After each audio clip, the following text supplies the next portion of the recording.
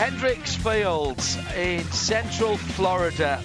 Originally, that is what this fabulous facility was called, and named after a Floridian native, First Lieutenant Laird Woodruff Hendricks, who grew up in Jacksonville, just a little bit north of here, and graduated from the United States Military Academy, West Point, in 1939.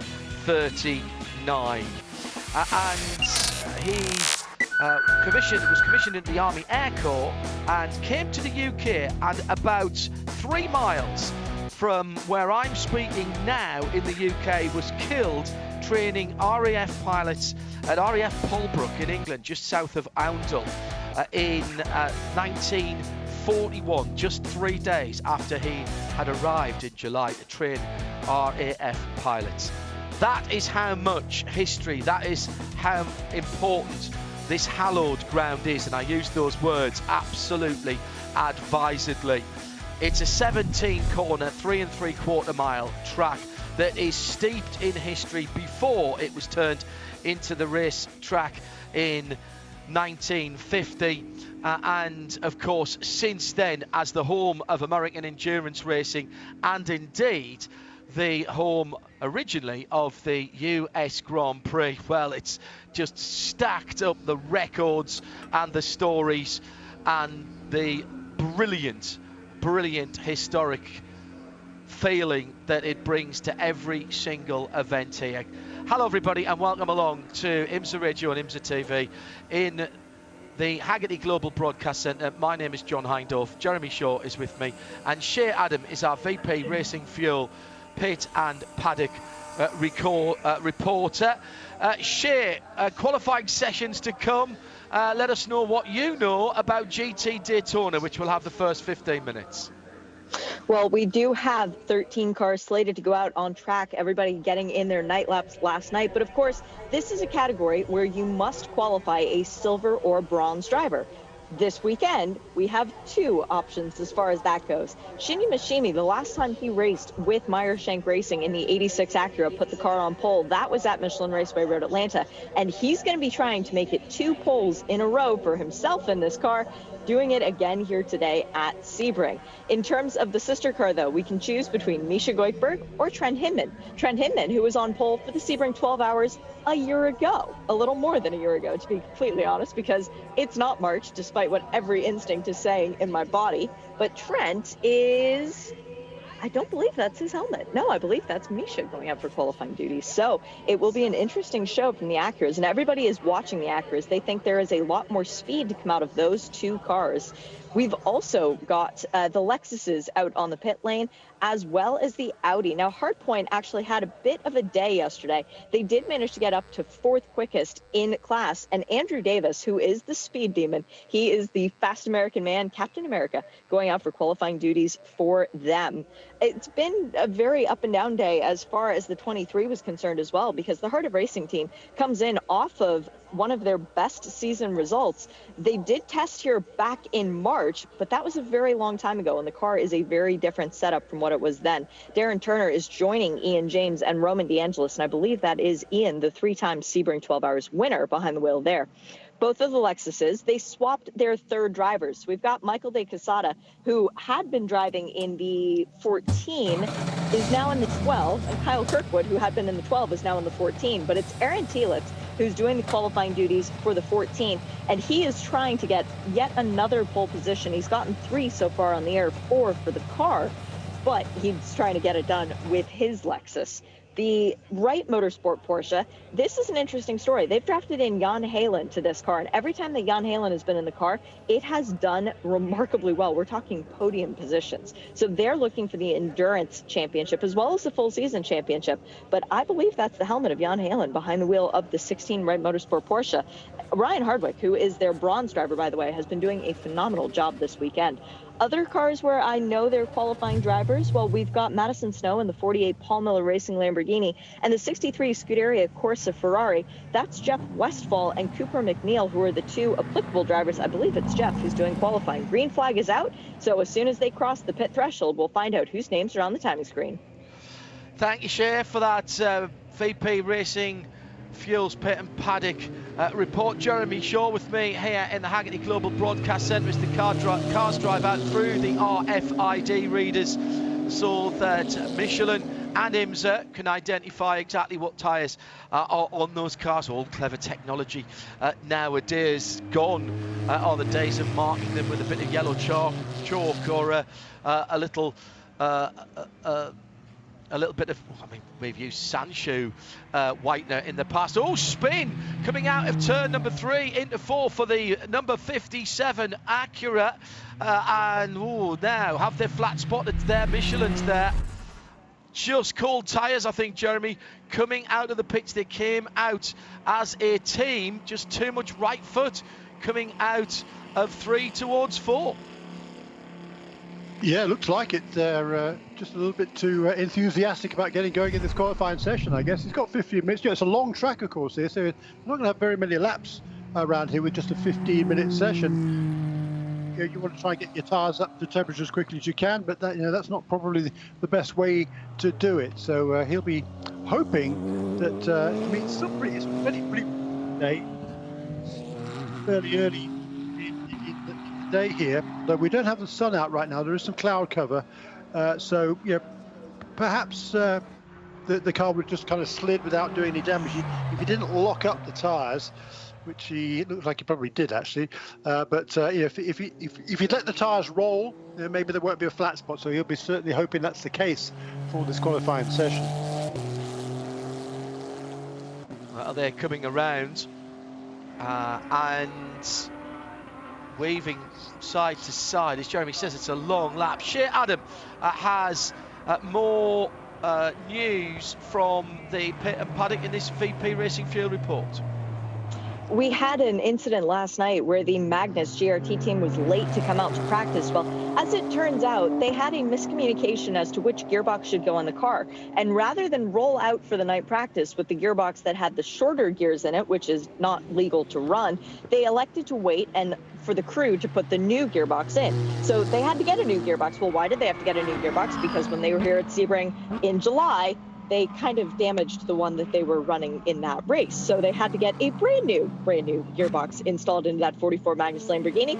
But now out on track is John Potter, and all is good with that car in that world.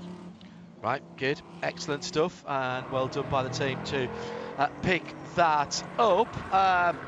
Getting a bit of a traffic jam down the back straight, the Ullman Straight at the moment. 63 just coming through to the Jean de Bian Benz, has got plenty of gap, but he's going to catch up with this queue of cars that are all trying to weave left and right and get their tyres up to temperature.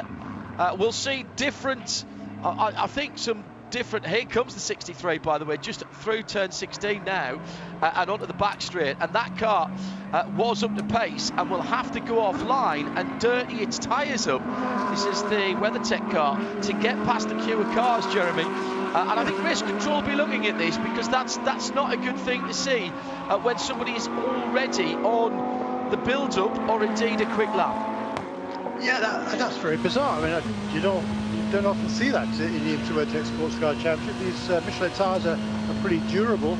It's not as if they're gumballs good for one lap and you've just got it like in Formula 1 where you've got to get them absolutely perfect to begin your one qualifying lap. So you got me on that one. I really don't understand what those guys were playing at.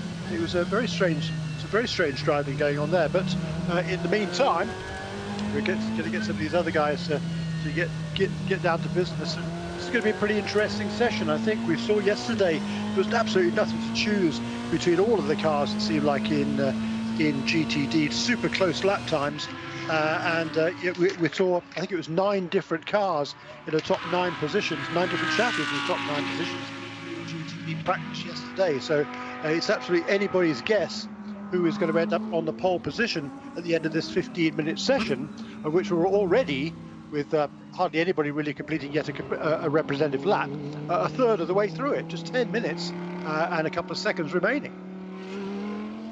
Amazing stuff, absolutely extraordinary stuff, and I've just realised I don't have my timing screen up at the moment. Let's get that sorted out. Too excited watching the dancing ants from earlier on. So as Jeremy says, we're under 10 minutes to go and still waiting for times to come in. And through to 9.5 minutes. There goes the Turner car across the line into turn 1, and still haven't got a really well. Gar Robinson's gone through now, 2:03.539 ahead of Ian James for Aston. So AMG Mercedes from Ian James, that's 74 from 24 from Robbie Foley in that yellow and blue. Yellow and blue BMW. New teammates here for Robbie Foley this weekend because Bill Oberlin's not here. We'll be telling this story a little while more. Bill would have been driving in 2 classes, but Bill in 2 different series. Bill is so awesome, not one person can replace him. They often talk about Awesome Bill from Dawsonville. We're going to have to come up with an Awesome Bill from Huntington Beach or wherever it is that he's from in California. Doesn't rhyme quite as well, but the sentiment's the same, for sure. Yes. Phil Oberlin, who is not here for the 12 hours of Sebring, he was around someone who tested positive for COVID, so he is self-isolating, waiting for his test results to come back. He has elected not to risk anyone in the paddock, even if his test results are negative. He has bowed out from this weekend's activities. So Bill Oberlin is watching from afar, but it takes not 1 but 2 drivers to try and replace Bill for this weekend. He was going to be in GS with Robbie Foley. That place has now been taken by Cameron Lawrence, who has a very successful track record in running with Turner Motorsport, it should be noted. And in the GTD car, it's still Robbie Foley and Dylan McFern, both of whom are doing double duty this weekend. Today, as a matter of fact, running in the Michelin Pilot Challenge. But they have drafted in Nick Yellowly from England. And I mean from England. He got in from a plane last night, got to track, first time he's ever been to Sebring, and his 4th lap, he was already down to a super impressive track time. So it made everyone else in the paddock sit up a little bit more and go, oh, hello, where did you come from? Yeah, that was very impressive, helped by the fact that we think he was on A39 into Miami, and it was more than an hour early, so he was at the track a little bit quicker. You know, sometimes that jet stream works for you, sometimes not so much. Jan Halen, it was Jan Halen. Shea was right about that. Right Motorsports, and down to a 2 minutes 0.8. Jeremy, what sort of lap times would we consider as decent in qualifying for GT Daytona? Well, that's certainly a pretty decent one. The fastest lap that we've seen so far in practice was a 2 minutes 2.3, so we've already gone a second and a half quicker than that. The lap record here in qualifying was set back in 2018 by Daniel Serra in a Ferrari at 1:58.7. The fastest qualifying lap here in July for the sprint race was set by Frankie Montecalvo in a Lexus at 2 minutes 1.190, so we're already 3 tenths quicker than that. Frankie Montecalvo is second in this session in car number 12 at a 2 minutes 2.2, but that's a full 1.4 seconds behind that excellent effort by Jan Halen. Jan Halen, of course, originally from Belgium, but he lives now just a couple of hours away from here, I should say, in Dunedin, just north of the Tampa St. Pete area. So he's certainly got plenty of experience of this racetrack. That's Jan Halen, fastest so far in GTD. Yeah, very good. It's got down to decent, and he's come straight into the pits. The pits are on the back straight, are on the front straight here for the WeatherTech SportsCar Championship. All of the Challenger Series are pitted on the far side of the paddock and are using what we call the World Endurance Series pits, which you enter prior to turn 16 at the end of the Champ de Mian bend, and then exit halfway down the back straight, the Ullman straight. Aaron Telitz is really throwing the number 14 in Vassar Sullivan Lexus around down through Big Bend now. His teammate Frankie Montecalvo behind the wheel of the 12, just a little on a little different part of the circuit, a little bit further back. Looks like people are struggling to get heat and temperature into the Michelin tyres, Jeremy, because they are all flat sliding. They are all really throwing these cars at the corners, trying to get the temps up here. Yeah, and you know, there's that margin that Jan Heylen, he's one and done. I mean, that was a one-lap flyer, and he's in the pits. And it was a super quick lap there for Jan Heylen, way quicker than anybody else has gone so far this weekend. The two Lexus are currently in second and third position. The number 14 ahead of the number 12. Yeah, Aaron Tielitz, 2 minutes 1.6. So even that is 3/4 of a second away from the best time turned by Jan Heylen. His teammate Frankie Montecalvo in car number 12, a couple of tenths behind him, and another couple of tenths back to Andrew Davis, doing a good job once again for Team Hardpoint in the Audi R8, car number 30, currently 4th position ahead of Robbie Foley in a Turner Motorsports BMW car number 96. And off for the 63 car. That is an unusual drop by Cooper Mcneill for the Scuderia Corsa, and that again is coming out of turn 3-4 area into 5, and I think he's done exactly the same thing, just looped up the back end. Yeah, he was a little further to the right hand side, got his right hand Michelins onto the dirt, and therefore he went a little further off. Just there's a little surface change there, got onto the blue and white curbs, rotated 180 degrees, and just the slightest of dink onto the tyre stacks in front of the concrete wall. But I think, Jeremy, no harm, no foul there. Yeah, perhaps he got away with it, Cooper Mcneill there. He's got a lot of experience around this racetrack. Of course, he actually won in the Ferrari Challenge here just a month or so ago. He won that championship again this year, did Cooper Mcneill. Actually skipped a couple of WeatherTech SportsCar Championship races to prioritise his attack on that Pirelli Challenge Championship. As I say, that was successful, not quite so successful so far this morning, but Cooper Mcneill still currently in the 8th position. That 63 Ferrari team on a bit of a roll at the moment. They've had a string of good results, including the victory at Michelin Raceway Road at Atlanta a couple of races ago. They've had a couple of podium finishes lately, and they're looking good for another one perhaps a couple of weeks ago at WeatherTech Raceway Laguna Seca, before Alessandro Balzan got a bit of a helping hand and spun around at Maranello Head with not very long to go in that race. That cost him quite a bit of time.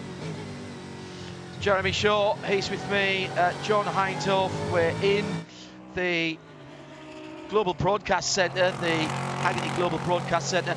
And just a quick reminder as well, those of you watching and listening, we have another edition of the Haggerty 25th Hour on Monday, after the all of the season finales here at IMSA and indeed in the WEC in Bahrain, and some great guests lined up for that. More details of that as the weekend progresses. That will be on Monday afternoon Eastern time. I'll check for our start times because we have had some clocks changing. That's early evening UK time, so that will be the Haggerty 25th Hour. That's in sound and vision, with some fabulous guests as we look back on the IMSA and WEC seasons, with hopefully a couple of the championship winners as well. Some great guests coming on Monday for that. More details to come. Inside 2 minutes now, Jeremy. Who is most likely to improve? Jan Heylen, he's very confident. He's put that car away very early. Tielitz still out there. We've still got the GRT Grasser Lamborghini number 11 out there as that heads around the far side of the circuit. Coming through turn 17 now. Pogoing its way over the bumps. It's a decent run from high stand. I don't think it's going to be enough to bother the leader. I think that was a cool down lap for Heidstand. He just moved himself up into 3rd position on the previous lap. I don't think he was going to improve there, but there is an improvement from Andrew Davis now, up into 2nd position in car number 3rd. So that was a really excellent lap by Andrew Davis for Team Hardpoint. Up into 2nd position and ahead of Aaron Tielitz. Richard Highstand, that was indeed a cool down lap for Highstand, so he's now going to try again, but he had split the two Lexus, which are now in the 3rd for Tielitz and 5th for Frankie Montecalvo, who's already with this qualifying session completed. just 5 seconds to go before the checkered flag comes out. You will, of course, be allowed to complete any lap that you are on, but it's all done after that.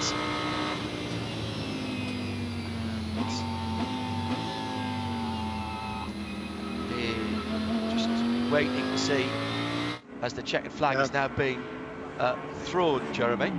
Yeah, unfortunate there for Andrew Davis. He came up behind John Potter, who was in the kind of GRT Magnus kind of 44 was ahead of him, I think, going into turn 10.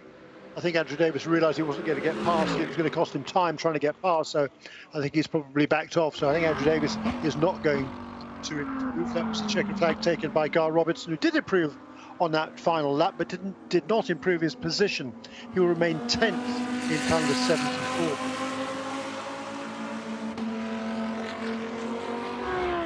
Still looking to about half the field who haven't yet come around.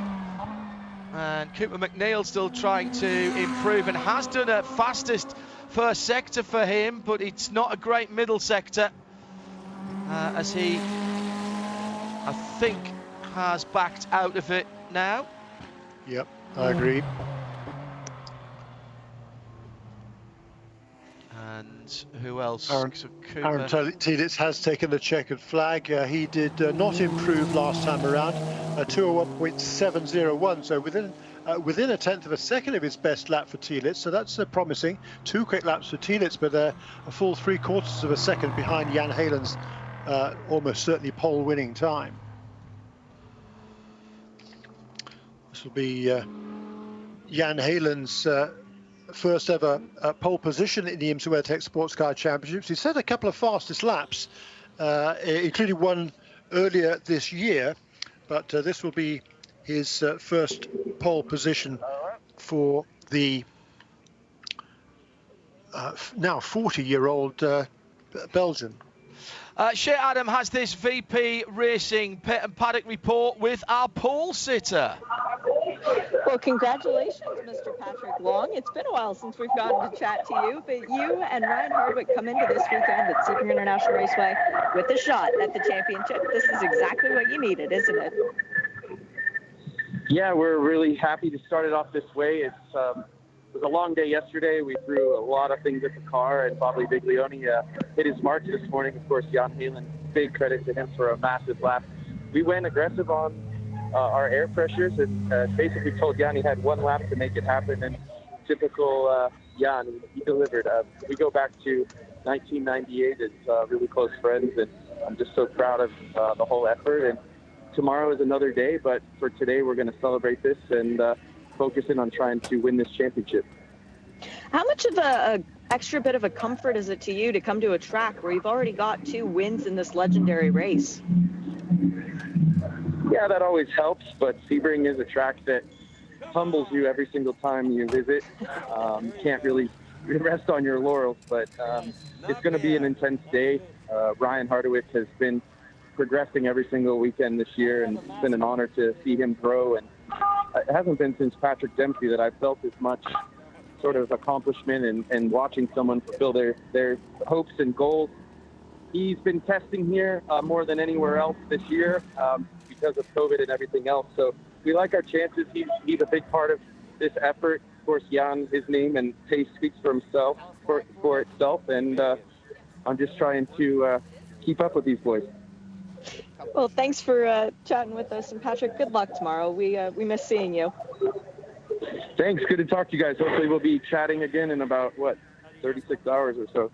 Yeah, let's plan on it. Yeah, Pat, it's signed off here. Remember, don't go until you really hear green. Not my voice on the PA, until you hear green on the radio. You can't blame me a second time.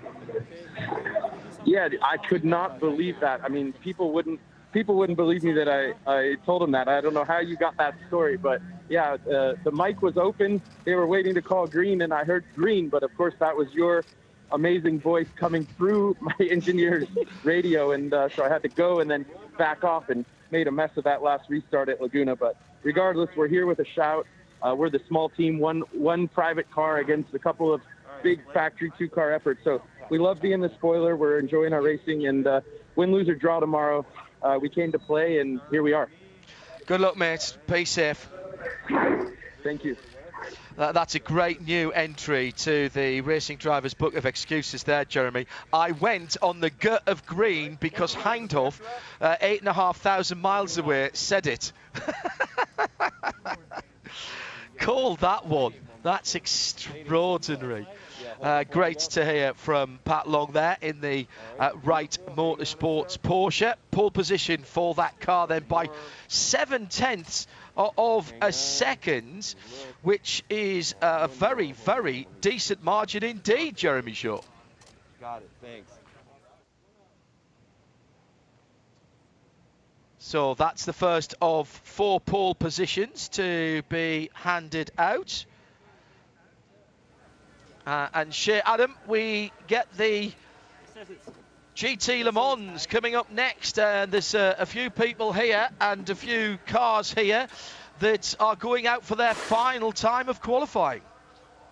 Yes, and what an emotional qualifying session this could be. Which would you like to start with, John? I'll give you the choice. Let's start with Corvette, please. All right. Well, for the championship leading Corvette, I'll start with that one first because it's earned the right as being the championship leader. That's the bright yellow Corvette. Antonio Garcia is doing the qualifying duties for that car, and rightly should the Spaniard. He has quite a track record around this place. It's a track that's treated him nicely 3 times before to 3 wins. In the car behind, the silver one, that's the one where all the emotion is around this weekend because it's Oliver Gavin's last start as a full-time Corvette driver. He's still going to be an integral part of Corvette racing, as he will forever, having created that program and been with it for 20 years, more than 50 wins, 51 wins on the record book. The last win came at Sebring International Raceway, but Tommy Milner is going for this pole position, still trying to get his first. We continue the emotions going down to Porsche because it's the last start for the Porsche GT team. Core Autosport has run these 2 cars for 75 races. It will be the 75th race when they take the green flag tomorrow morning. Nick Tandy is doing the qualifying duties for car number 911. He holds the record for pole positions in the GTLM category. He has 9 of them. He'd like to make it a nice round 10. In 912, Lawrence Vantor has qualified the car every single time since Daytona 2019. He's not doing it today. Oh, that really? honor goes to Neil Yanni. Isn't that something special? Neil Johnny is doing it. Wow. Okay. Neil Johnny is behind the wheel, and you've got to give him credit. He's been driving in Formula E all year, John. He's finally gotten into a car with a lot of immediate horsepower and a very, very loud grumble. He wants more seat time. And, of course, you want more seat time when the cars look as they do. The 911 wearing the stars and stripes in its thank you tribute livery, whereas the 912 is wearing the stripes and stars, I think was how you put it. In the 2 BMWs, we've got the black BMW. Jesse Krohn's green helmet is behind the wheel of that one. And for the red BMW, now these aren't tribute liveries, but they are different liveries. They've been running them all year long, and we are hearing rumors that the BMW program might not be back for a full season next year. They would still run the 12 Hours of Sebring because that is an endurance race. Connor DeFilippi has gotten pole at the Sebring 12 Hours before. It's the only pole position he's actually gotten to his name, but I think that is... that might actually be Colton Herta's helmet. I'm going to have to wait for a BMW driver to text me and tell me which one it is. Okay, that's reasonable. BMWs, not sure about what's happening, all kinds of rumours, but they are rumours, and until the BMW Nights of Champions, which will be in Germany in early December, then we won't know for sure. Shea, who's in the BMW then? It is Connor DeFilippi. I just got a different glance at the helmet, and I saw the white with the green and the orange, and yeah, that's Connor's helmet. So he got pole here 2018, and he didn't know that he had to get out of the car to do a pole interview, so I really hope that he knows if he gets pole today, he should answer his cell phone. Thank you, Shea, for that VP Racing Fuel Pit and Paddock report.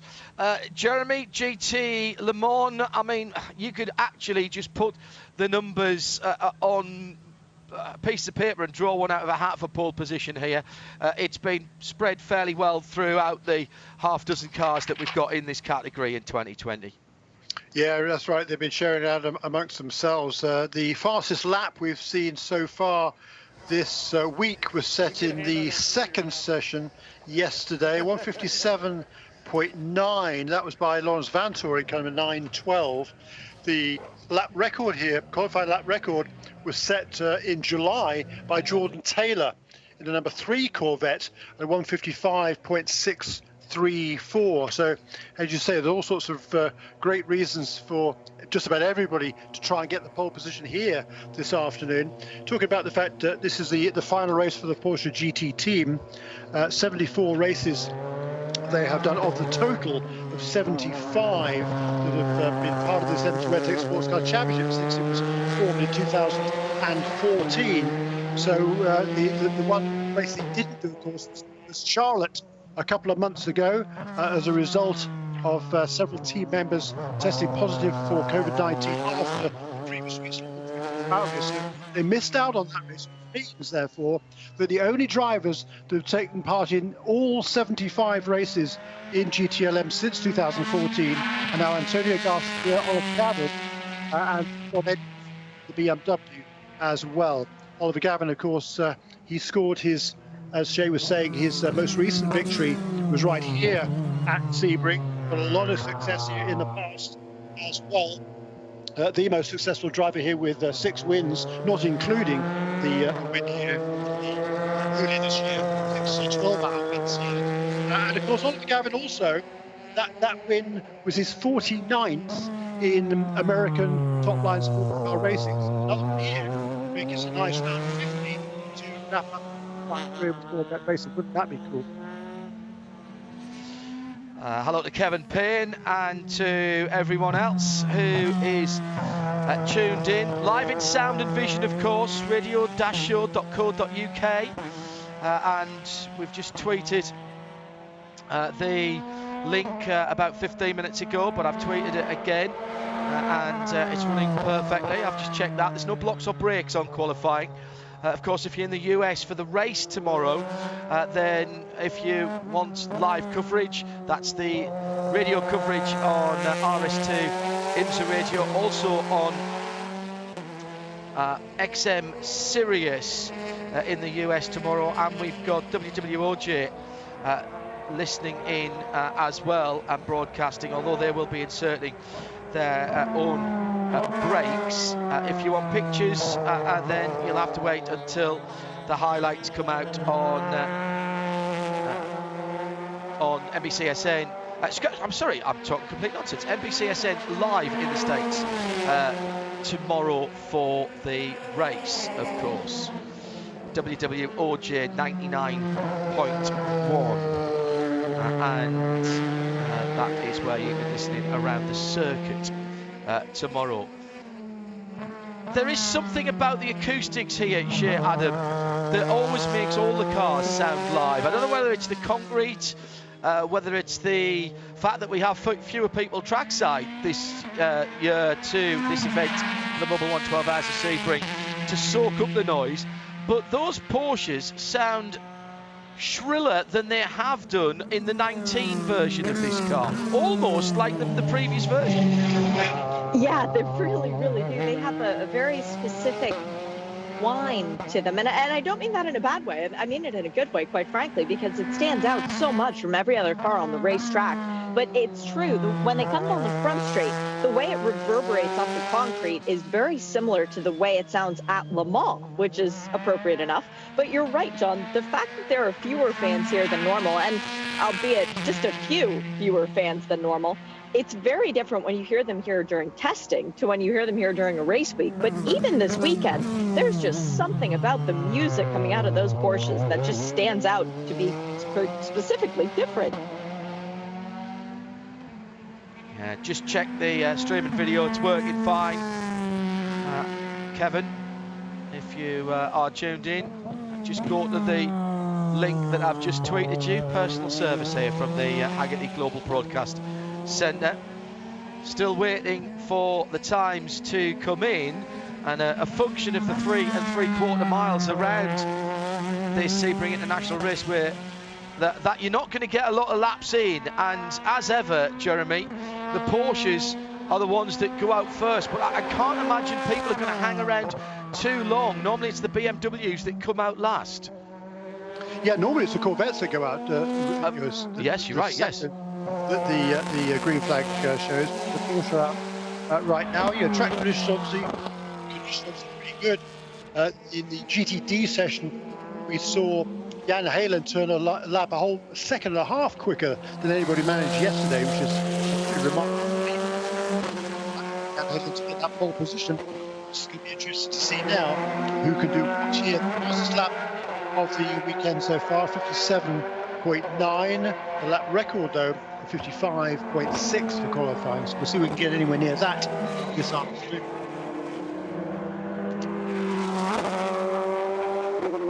So Nick Tandy has put a lap in, but that was just still a warm-up lap. They're treating their Michelin slick tyres very carefully.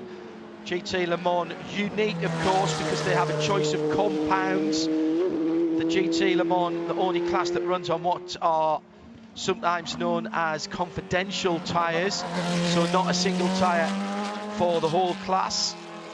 Different compounds and constructions available, up to 3 slick compounds and constructions, and the different teams, different manufacturers, car manufacturers will pick and choose what they want. Not unknown for them to use all 3 compounds at the same time. And Nick Tandy already on a quick one in the first sector, but he's going to need to pick this up. Qualifying record, Jeremy, here? Yeah, it was set by Jordan Taylor in July, 155.634. So we haven't got anywhere near that so far, well, yesterday. But we'll see now, this is qualifying. This is different. This is when the drivers want to lay it down and try and start at the front. You know, not many cars, obviously, in GTLM. It's 6, but still, everybody wants to be on pole position. No question about that. Yeah, even though it is 12 hours, the clue is in the Mobil 112 has a Sebring name, isn't it? Much more darkness this year. Later in the year, clocks have already fallen back. Halfway through the session and still waiting for someone. Thank you, Tom Milner. Jan Helen's time has lasted halfway through this session, and now Tom Milner in the Corvette number 4 goes to the top with a 2:08. But Nick Tandy is going to blow that out of the water and does so. 58 flat for the man from Bedfordshire. And through he goes. Where's Nick going to be next year? All kinds of silly season rumours going on about what Porsche are doing with their drivers, waiting to hear whether Porsche are going to commit to the DPI 2.0, the LMDH project that they have been very closely looking at. They've been trying to drag Ferrari into that as well, is the insider gossip that I'm hearing from the European side of things. And if so, surely they'd want to keep somebody like Nick on to help develop that prototype. Has a lot of experience with Porsche, been tied to them for some time now, and of course runs a very successful Carrera Cup GB team back in the UK. 6.5 to go. Nick Tandy quick again, but not as quick in the first sector, Jeremy, as Antonio Garcia for Corvette in the number 2 in the number 3 car, which is currently in second. That's right, Garcia's got about a tenth of a second in sector 1, and Conor De Filippi very, very close behind there as well. But Nick Tandy, who's ahead of them all on the racetrack, he goes purple in sector 2. That's the longest sector on this track, is over a minute and a quarter, or just under a minute and a quarter, I should say. Neil Jani is a few tenths behind him, and there's a new purple sector time for Antonio Garcia, who's really on it in car number 3. He's got a full second on Nick Tandy through this long middle sector. The final sector, it's about a half a minute, just over that, so we're going to have to wait. Here comes Antonio Garcia now down into Sunset Bend on what could be the fastest time of this session so far. Corvette to the line, reels off another lap, and Garcia goes to a 55.4. What a way to celebrate being champions elect And Record there for Antonio Garcia, tremendous effort. That brilliant. betters by almost 0.2 of a second the lap record that was set by his teammate, co-driver Jordan Taylor just a few months ago. Brilliant lap there by Antonio Garcia. He's got a full 1.2 seconds over Jesse Krohn in the number 24 BMW. Nick Tandy, best he can manage so far, a full almost 2 seconds slower than Antonio Garcia, who has now gone quicker again in this very short first sector, which is really just from start and finish line to really just around turn one. New purple sector there for Antonio Garcia as Conor De Filippi moves up into second place. So Corvette, BMW, BMW, Porsche, Corvette, Porsche at the moment. Sebring rounding off the season. Unusual time of the year. 4 minutes to go. That's going to be a couple or three more laps depending when you cross the line. Neil Janning improves to 5th position.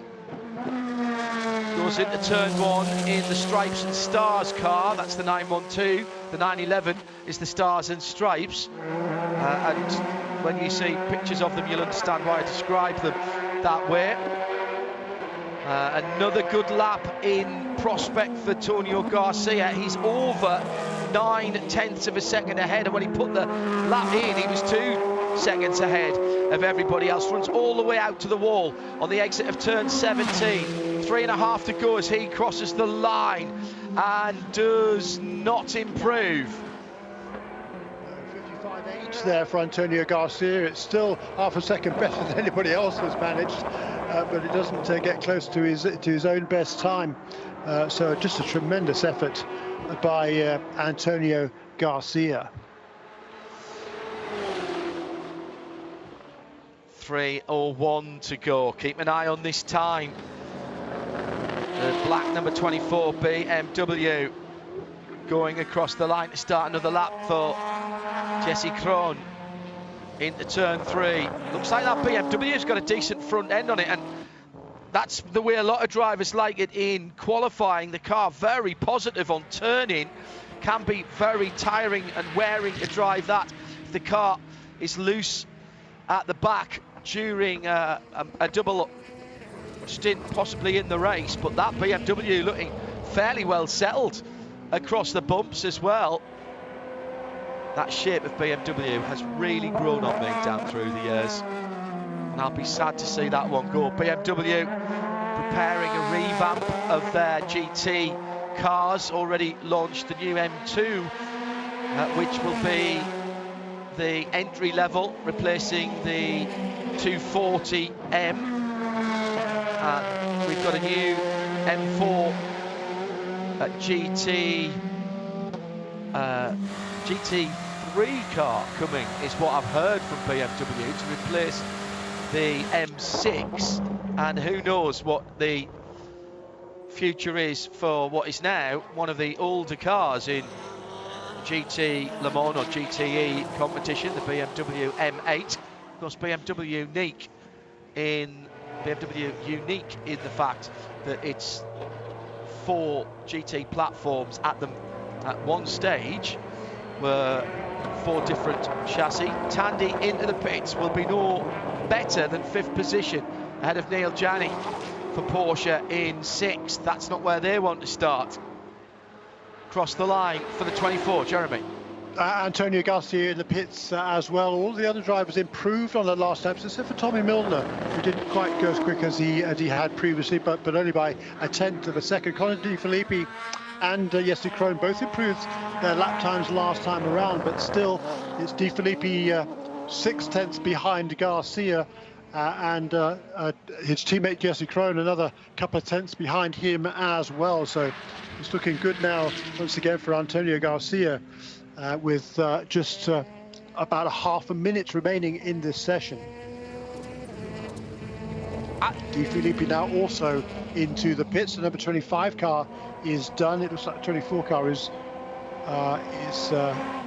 good first sector time for the number 20. Giorgiani continuing to gain experience in the GT car. pretty sure this is his first ever GT race this weekend, but of course a former pole sitter, here actually back in 2017, Belgian pole sitter, who knows his way around here. He's done very good testing in the LM car, but still new to him, and he's gradually getting himself back up to speed, up to speed with this. Checkered flag for Tommy Milner, so he went off.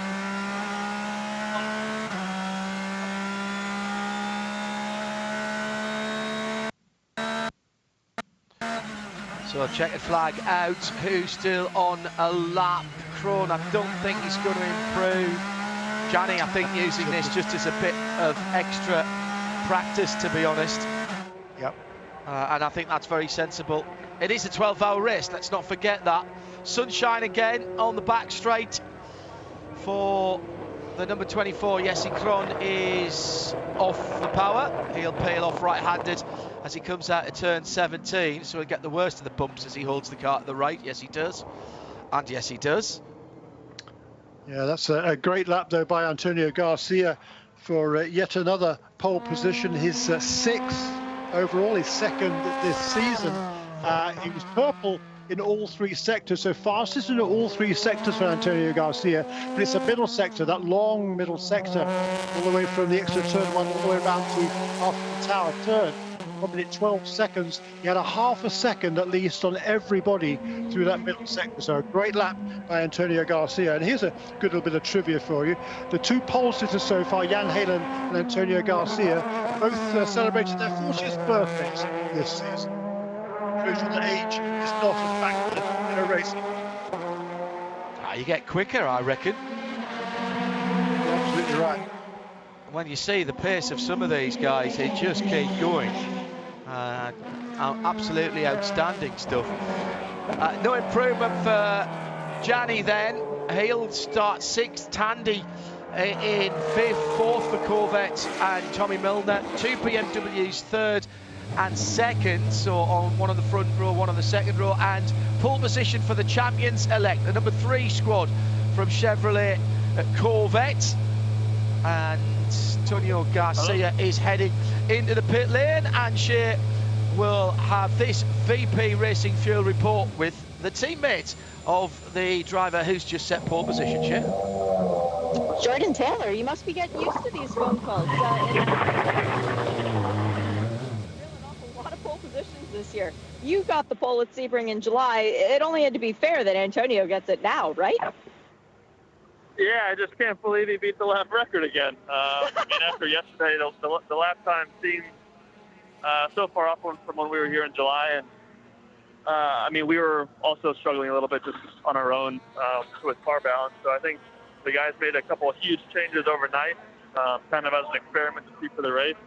And it seemed like it worked pretty well. So yeah, definitely happy and looking forward to 12 hours tomorrow now. We know you've got a fast race car, but do you have a good car for the entirety of the 12 hours?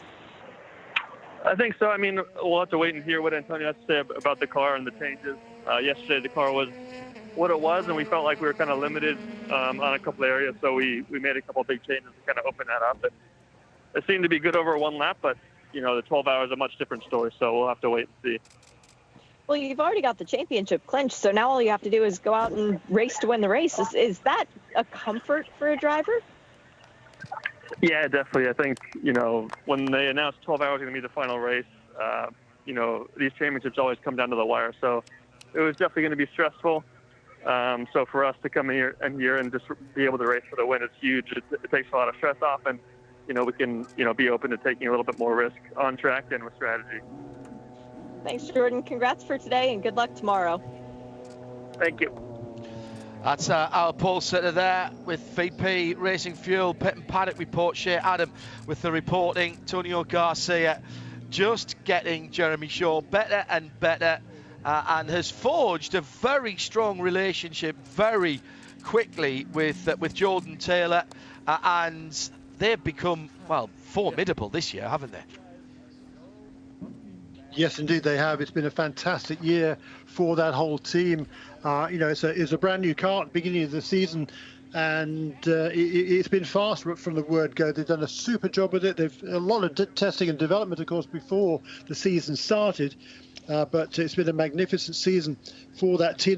They waited so long to get that 100th win on US soil over a couple of years. But since then, the floodgates have opened, 5 more wins. And it's been just a great season for both Antonio Garcia, who I really think is driving as well as he ever has in his entire career.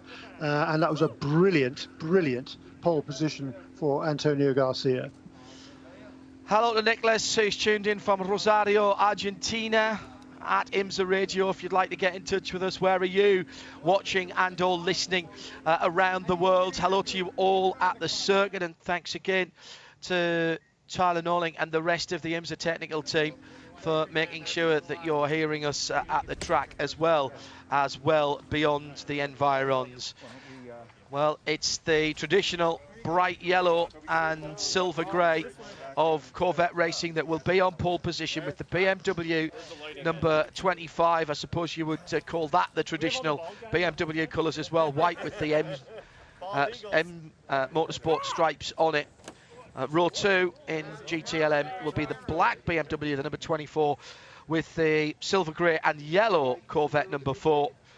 And then it's the 2 Porsches, and it's the stars and stripes ahead of the stripes and stars, although they will be alongside each other, 911, 912. Earlier on, Jan Halen grabbed pole position in GT Daytona ahead of Audi, so that's 16 from 30, with Lexus, Lamborghini and Ferrari making up the top 5. It is clouding over a wee bit now, and the track temperature in Fahrenheit, 104 degrees, 77 in the air, 84% humidity at the moment. Clouds cover making it even more humid and warmer. I'm not sure that is particularly threatening at the moment, and we've only got a single 15-minute session to go for qualifying, but still plenty of action to come on this Fast Friday, all live in sound and vision on IMSA Radio and TV, of course. Let's get back to our VP Racing Fuel Pit and Paddock reporter Shea Adam, as we'll check in with some qualifying drivers in DPI and LMP2, starting with the championship leaders, the number 10 car. Well, when I texted him yesterday, Renger van de Zande said, yeah, we can put down a good lap. Not bad for jobless race car drivers, huh? Renger is going out with the bang, trying to get 2 championships this weekend, not only the overall season championship, but the Michelin Endurance Cup too. And to put a cherry on top of that, he is looking to get his 3rd ever pole position. Sebring International Raceway is one place that he wants a win badly. Trying to beat him in the championship is Ricky Taylor, who's doing the qualifying duties for the number 7 Acura Team Penske, and also trying to go for his 11th pole position. He's going to have his work cut out for him, though, because there are 6 other cars in the class, and all of them are capable of going quickly. We've seen speed from each of the cars so far this weekend. We've got the 2 Mazdas on the pit lane. We've got the LMP2 cars as well. I'd be remiss if I didn't mention them. It should be Patrick Kelly behind the wheel of the 52 PR1 Matheson Motorsport car, and indeed it is, and he's fired up. Big thumbs up. Good luck, Mr. Kelly, as he goes for yet another pole position. I believe he's gotten pole in just about every race he's contested. The 31 Whelen Engineering Cadillac. These guys still have an outside shot at the championship for Pipo Derani. This is Sebring, a track that he's won at 3 times in the last 4 years for the 12 hours, or 4 times in the last 5 years if you include the July race. He is going out to get the pole position to try and set himself up for the best possible starting position to come away with a race win and potentially even another championship. So we still need the Mazdas, and we still need the 2 JDC Miller Motorsports Cadillacs, as well as the number 6 for Acura Team Penske, which I would imagine would be Dane Cameron, since he put it on pole here not very long ago. Performance Tech. This is a car that confuses me because all 3 of their drivers have blue and white helmets, but it must be a silver or bronze driver to qualify. So that means it should either be Patrick Byrne or Don Yount for their qualifying duties. down at the two Mazdas, we've got a driver outside of the 55, swinging his arms, getting ready, getting himself pumped up. That would be the man, the myth, the legend, Harry Tinknell, climbing aboard. Talked to him quite a bit yesterday, too, and he thinks that they have a good race car for the long stint, but they just need to make it to those final 2 hours. Now, of course, this is the last time that we're going to be seeing two Mazdas in qualifying for DPI, because next year it's only going to be a singular Mazda. That will be Harry Tinknell and Oliver Jarvis. And guess what? Oliver Jarvis is qualifying the 77 too. So this is the last time that we see both drivers out on track at the same time together for a qualifying session. It's going to be exciting. In the realm of Cadillac, we have the 5 JDC Miller Motorsports car, which as soon as I try to peer in, gets moving because the green flag is out. So we'll leave it to timing to tell us the rest. Thank you, Shea. Excellent work, as all bar 4 cars have left the pit lane. The 2 Mazdas and 2 of the LMP2s are still on the pit lane. Even as I say that, the Performance Tech car is rolling out. So, coming out of the pit lane to start their 15-minute session, we have... Now, who did we miss? It looks like Matthias Laced in the Cadillac, Shea, in the number 31 car. The other 2 cars that we missed, it is Dane Cameron in the number 6 for Acura Team Penske, and it's Sebastian Bourdais in the number 5 for Mustang Sampling. Well, good choices both. And 2 Cadillacs side by side at turn 7 on their outlap, that being the glossy black number 10 championship leading car and the outside chance, but still trying very hard for the victory. 31 with Matthias Laced behind the wheel. Cloud definitely closing in. Track temperature's cooled just a couple of degrees since I last mentioned it, degrees Fahrenheit. So 9 cars out on track at the moment. And Ollie Jarvis, as we mentioned, and Harry Tinknell paired up next year. Would like to see a private team take on one of those Mazda DPIs, given that Multimatic on behalf of Mazda look like they're only going to be running one, at least one for the full season. Whether we might get some additional entries in the longer races, I think TBD. And the rumour that won't go away, but neither can we get it properly underwritten, if you will, certainly no confirmation, is that Chip Ganassi Racing are running a Cadillac DPI next year. Shea's been constantly speaking to her contacts up and down the paddock to see if anybody from Cadillac might want to talk about that, but understandably they are concentrating on the end of this championship before they look forward to the next one.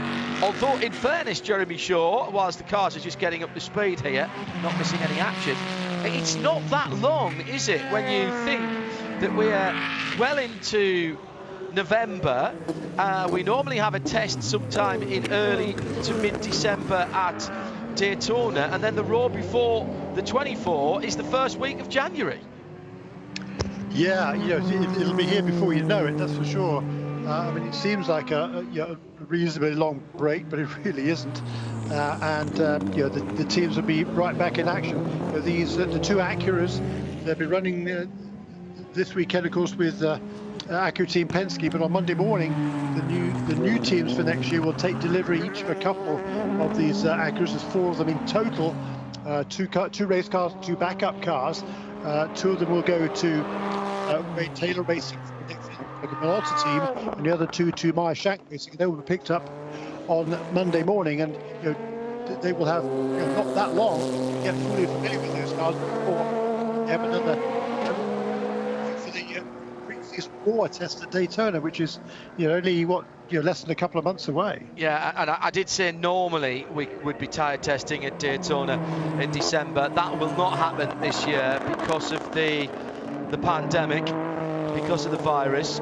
Private tests are allowed before the Raw.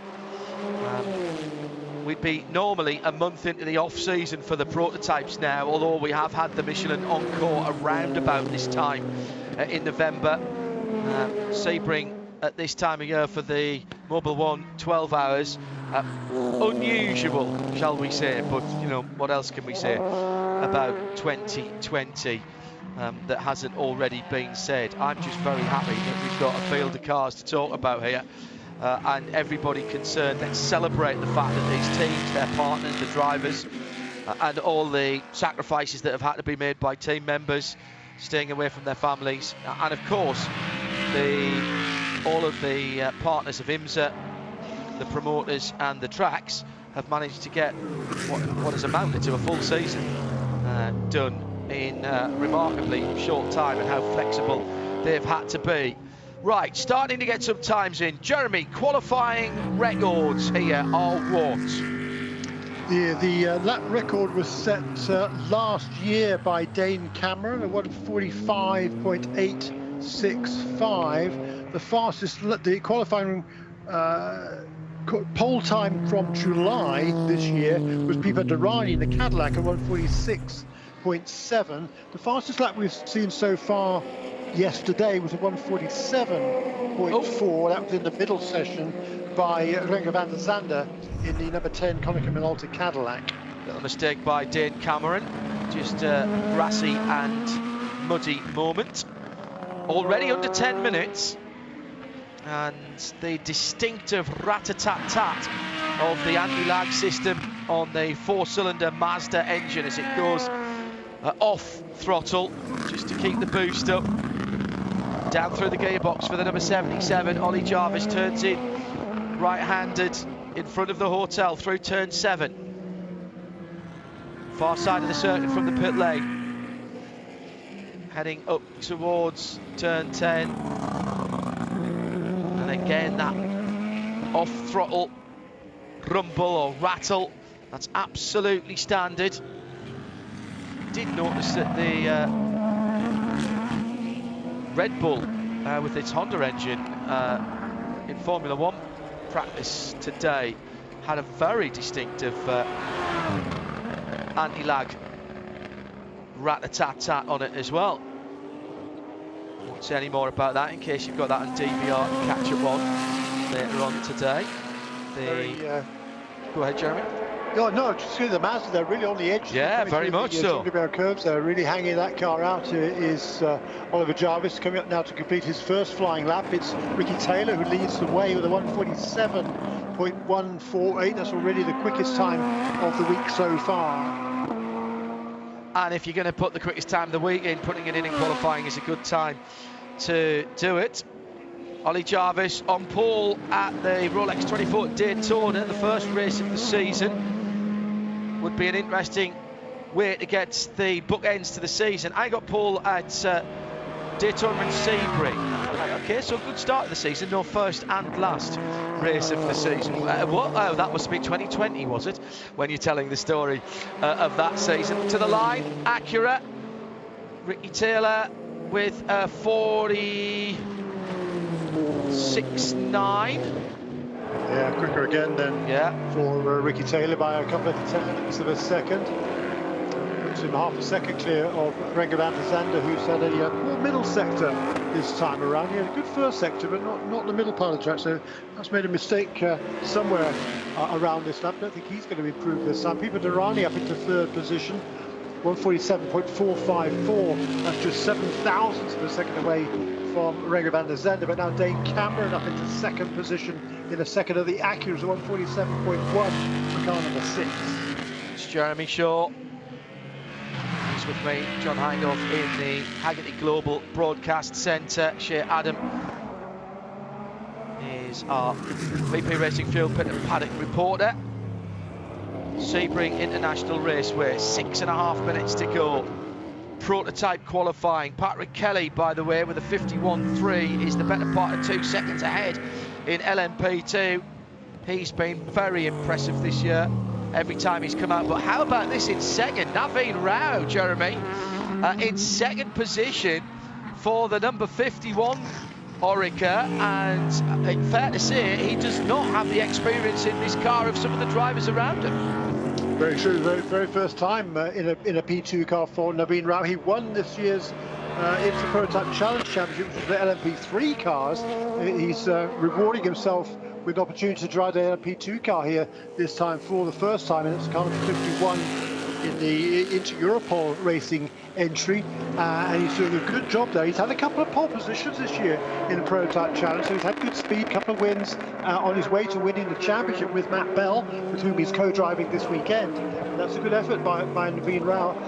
Patrick Kelly, as Shay was saying, every time he's qualified the car, he's been on the pole position and looking to keep that streak alive.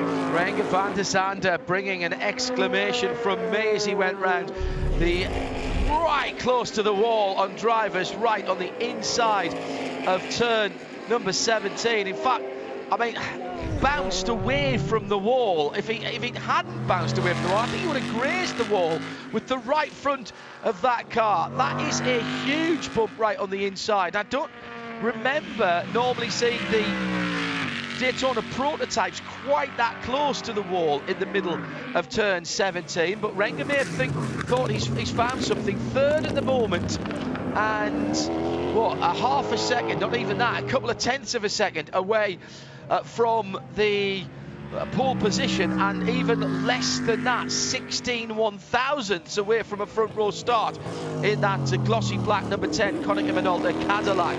Potentially on show at the moment for next year, in the shop window. No drive with that team next year as it stands, as they head to running an Acura for the man that may well be crowned champion on Saturday here at Sebring. Last 4 minutes, Jeremy. Yeah, great effort by Renger van der Zande.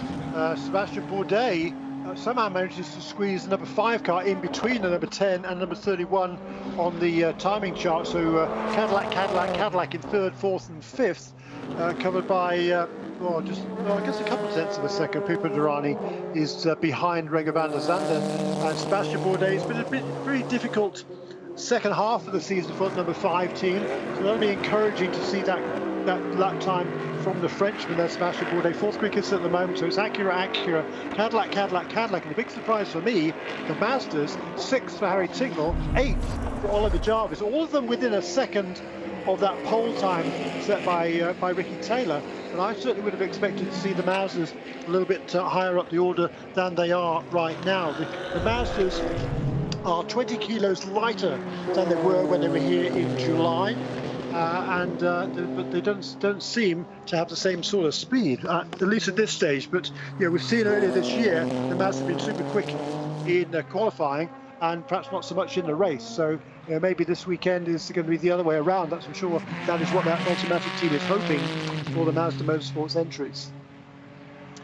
Under 3 minutes, last gasp. If you've got it now, don't leave it in the fast draw. Get it out and throw it at the track, whatever you've got left. Patrick Kelly is pitted, by the way, from provisional pole in LMP2. Naveen Rao still in second place from John Ferrano in the number 8, the Tower Motorsport by Starworks, and then Don Yount in the mighty 38 in 4th position. Chevy Corvette captured pole in GT Le Mans earlier on, and it was Wright Motorsports Porsche in GT Daytona who will capture the overall pole position for the 68th running of the Mobil 1 12 Hours of Sebring, presented by Advanced Auto Parts on Saturday. Remember, it is a Saturday race as usual for the Sebring Mobil 1 12 Hours. That is probably the only thing that's usual about this race weekend. Headlight not on the right front of the number 6 car. It doesn't matter right now for Dane Cameron, but they'll be wondering why that isn't working, whether there's a missed connection or something. Meantime, his teammate Ricky Taylor pushing ever harder, Jeremy, coming out of Big Bend and down towards the hairpin, if I was from Liverpool. Indeed, so went faster again last time around. 146.874, the new fastest time then from Ricky Taylor. Renger van der Zande up into second place, splitting the two Acuras. A 147.125 on the previous lap for Renger van der Zande. So that's just a couple of tenths shy now of Ricky Taylor, with the inside now a minute to go in this session. Improvements for everybody on the timing charts except the second and third place cars on their last lap. Oliver Jarvis, though, he's just improved to 147.7. He's still in the 8th position. Harry Ticknell up to 5th, though, in the other Mazda. 147.2 for Ticknell, 147.7 for Oliver Jarvis. He's coming round Sunset Bend one more time. He'll go across the line now. Does he improve? Yes, he does. 147.4 for Oliver Jarvis. That moves him ahead of Mateus Leis, the Brazilian, in car number 85, who's already in the pits. It is very tight at the front end of the field. Acura, that's Taylor from Renger van der Zande by 2.5 tenths. And then very small gaps indeed through Cameron Bourdais and Tinknell to Durrani in 6th position, Jeremy. Yeah, that's right. Just 0.2 of a second between those, 5 cars there. Renger van der Zande, Dave Cameron, Sebastian Bourdais, Harry Ticknell and Pipo Durrani. And there's only another tenth and a bit back to Oliver Jarvis as well. So we've seen now most of the cars coming onto pit lane. There's the checkered flag does wave. That was the Ricky Taylor into the pits. And also Pipo Durrani, you'll have to make do with 6th position. You'll be a bit disappointed with that. But I'm going to say it for the first time, it's a long race. Yes. And the qualifying, all right, it's good to know you've got a quick car, but does it matter? Wayne Taylor celebrating his son's pole position, not in his team for the moment, at least, although the potential, of course, is for Ricky to just superglue himself into the chassis that goes to Wayne Taylor Racing for next year and go back to working with his dad.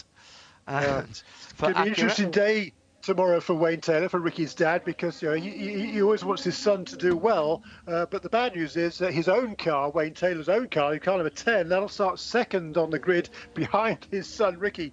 So a great effort, really good lap there by Ricky Taylor. 1 minute 46.8. It's outside the lap record that was set last year by Dane Cameron, but it's a good bit. It is actually not quite as quick as the Pipo Durrani managed to get the pole position in July. That's interesting, but a good lap for Ricky Taylor there. Once again, this is be his 11th pole position, which is 2nd on the all-time charts behind James French, who has 12 since the IMSA WeatherTech Championship was formed in 2014. That's Jeremy Shaw. Pole position also for Patrick Kelly, who is very happy indeed. The Orica number 52, the very pretty blue and silver car. Maintaining his record. Six times he's qualified the car this season. 6 times he's been on pole position, and you can see how delighted Patrick Kelly is. Yeah, he's very, very happy indeed. Just going back before we wrap things up here to that sort of difficulty that Wayne Taylor has. It goes beyond just the family though, Jeremy, doesn't it? Because he's waving goodbye to Cadillac and saying hello to Acura. So there's not just the family versus his own team, but there's also the change in manufacturer as well, from Cadillac at the end of this season to next season actually being an Acura team. Yeah, that's very true. But today he's a Cadillac team. Tomorrow he's a Cadillac team. Monday he'll be an Acura team. But for Wayne Taylor, particularly for the drivers, as well for the drivers, Renger van der Zande and his teammate Ryan Briscoe, and of course Scott Dixon, who's joining him again this weekend. And Scott Dixon, what a legend he already is, and he's had a fantastic season in this car as well. He's only driven the car twice previously this season. That was Daytona for the Rolex 24 and Petit Le Mans last month. And guess what? He's won both times. So in addition to claiming his 6th IndyCar Championship. So that number 10 car is going to be stout tomorrow. A really good qualifying run for Renger van der Zande, but it's Ricky Taylor who will start from the pole position. So it'll be Acura Cadillac. That's the number 7 from the Wayne Taylor Racing, number 10 from the 6 Acura from the Mustang Sampling, number 5 Then the best of the Cadillac, the best of the Mazdas, excuse me, is the number 55. That is the Soul Red car in the hands of Harry Tinknell. Then the bright red and white number 31 Cadillac in 6th. Then the crystal white number 77 Ollie Jarvis Mazda. And then Matthias Leist in the JDC number 85. It'll be obviously all Oreca's in LMP2. It is a spec class. 52, Patrick Kelly from Naveen Rao. They'll be on the pole and the outside pole. Don Yount in the number 38, and he just nipped ahead of John Ferrano right at the end there in the qualifying session. And the Tower Motorsport 5 Starworks car, therefore, will start in 4th position. Earlier on in GT Le Mans, Chevrolet Corvette, the champions-elect, racked up pole position for the number 3 car, and Jan Helen did a one and done. Super qualifying effort for him, for Wright Motorsports to put Porsche on pole position in GT Daytona. Shea Adam was our VP Racing Fuel Pit and Paddock reporter. Jeremy Shaw joined me, John Hindle, in the Haggerty Global Broadcast Centre. Stay with us on IMSA Radio and IMSA TV. More from Fast Friday, but Acura have pole for the big race on Saturday.